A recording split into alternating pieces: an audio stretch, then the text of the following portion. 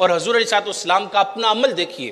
حضور علیہ السلام نے ابھی اس وقت اعلان نبوت نہیں فرمایا تھا، آپ تجارت فرمایا کرتے تھے. آپ مکہ کی منڈی کے اندر اپنے غلام کے ساتھ تشریف لے گئے. کچھ اونٹ تھے، کہا کہ بیٹا ان سب اونٹوں کی قیمت یہ ہے، اور یہ جو اونٹ ہے اس کی قیمت اس سے آدھی ہے، اور اس کے اندر یہ عیب ہے.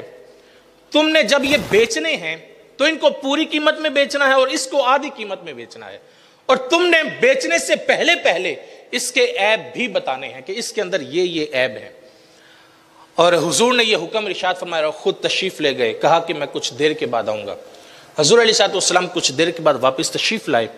پوچھا تو پتا چلا کہ وہاں پر کوئی بھی اونٹ نہیں ہے، سب ایک گروہ آیا تھا اور وہ خرید کر لے گیا. حضور نے پوچھا اپنے غلام سے کہ کیا تم نے وہ بتایا تھا اس کا عیب؟ کہا کہ واللہ مجھے یاد نہیں رہا. اب جب یہ سنا تو حضور علیہ السلام پریشان ہو گئے. آپ نے فوراً سواری لی اور اس سے پوچھا کہ بتاؤ تم کہاں سے وہ آئے تھے؟ کہا کہ حضور یہ یمن کی طرف سے آئے تھے.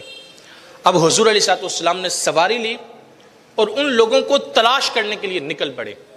آپ روایات پڑھیں آپ کو ملے گا حضور علیہ السلام ایک دن اور ایک رات مسلسل اس قافلے کو تلاش کرتے رہے. ایک دن اور ایک رات کی مسلسل محنت شاقہ اور جہد مسلسل کے بعد جب وہ لوگ ملے تو حضور علیہ السلام نے ان سے بات کی. کہا کہ دراصل میرے غلام کو یہ بتانا یاد نہیں رہا تھا کہ اس کے اندر یہ عیب ہیں اور اس کی آدھی قیمت ہے. اب آپ کے پاس اختیار ہے، یا تو آدھی قیمت مجھ سے واپس لے لیں یا پھر پوری قیمت لے کر مجھے اونٹ واپس کر دیں. تو انہوں نے کہا کہ ٹھیک ہے ہمیں منظور ہے. انہوں نے آدھی قیمت واپس لے لی اور حضور علیہ السلام کو جب اجازت دے دی حضور جانے لگے تو پیچھے سے آواز دے کر کہتے ہیں ذرا رکیے. اب حضور علیہ السلام رکے تو وہ آگے بڑھ کر کہتے ہیں کہ آپ کا نام کہیں محمد بن عبداللہ تو نہیں ہے صلی اللہ علیہ وسلم؟ کہا ہاں مجھے اسی نام سے پکارتے ہیں.